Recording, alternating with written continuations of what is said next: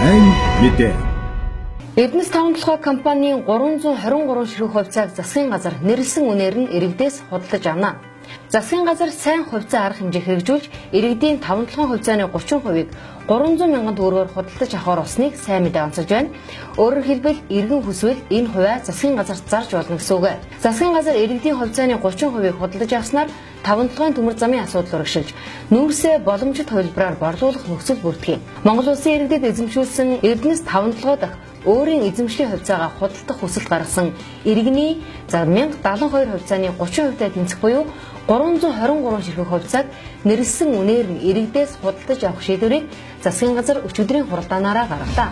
Хэрвээ та бүхэн бол худалдах хүсэлтэй байх юм бол энэ одоо 6 дугаар сарын 13-ны өдрөөс эхлүүлээд одоо Улаанбаатар хот болон улс орон даяар үйл ажиллагаа явуулж байгаа арилжааны банкнуудын одоо бүх салбарууд дээр очиж маягт бүгсний үндсэн дээр өгөгдлөө гаргаж хүсэлтээ гаргана. За ингэснээс хойш 7 хоногийн дотор бол бид нэр процессоо хийгээд энэ асуудлуудыг бол шийдэх болцоотой болно. Тэгээ хизээ та өргөдлөө өгнө. Тэр үед одоо бид нар 7 хоногийн дараагаас ахуулаад за 300 мянган төгрөгийг нэг 3 таслаа 100 мянган төгрөгөөр одоо мөнгөжүүлээд явчих.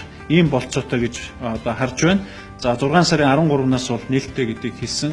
За мөн энд бол ямар нэг дуусах бол хугацаа бол байхгүй. Тийм учраас бол хэрвээ ямар нэг байдлаар хувьцаагаа зарахыг хүссэн иргэн болон цаг хугацаанаас үл шалтгаалan энэ асуудалд бол хамрагдаж болно гэдгийг хэлхийг хүсэж байна. Би түрүү хэлсэн 1.6 сая хүн байгаа. Гэхдээ 1.6 сая хүн бол бүгд 100% энэ хувьцаагаа бол бид нэр зарья гэдэг ийм саналыг бол тавихгүй гэж ойлгож байгаа.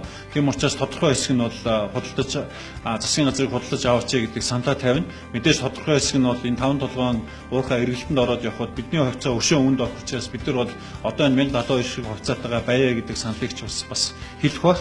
Тийм учраас ерөнхийдөө засгийн газрын бидний тооцоосон ажлын хэсгийн тооцоосноор бол энэ хүмүүсийн хувьцааг бол мөнгөжүүлэхэд засгийн газар бол нэг 400 орчим тэрбум төгрөгийн боонд бол гаргах юм шаардлагатай байгаа гэж ингэж харж байгаа. Сайн хувьцаа арга хэмжээг хэрэгжүүлэх хүрээнд цаашид иргэдийн гарт үлдэх буюу за 70% тэнцэх хувьцааг нь Монголын хөрөнгийн биржээр дамжуулан худалдан авахар төлөвлөж байна. Иргэдийн 1072 хувьцааг авах эрх зөвхөн засгийн газарт нээлттэй юм.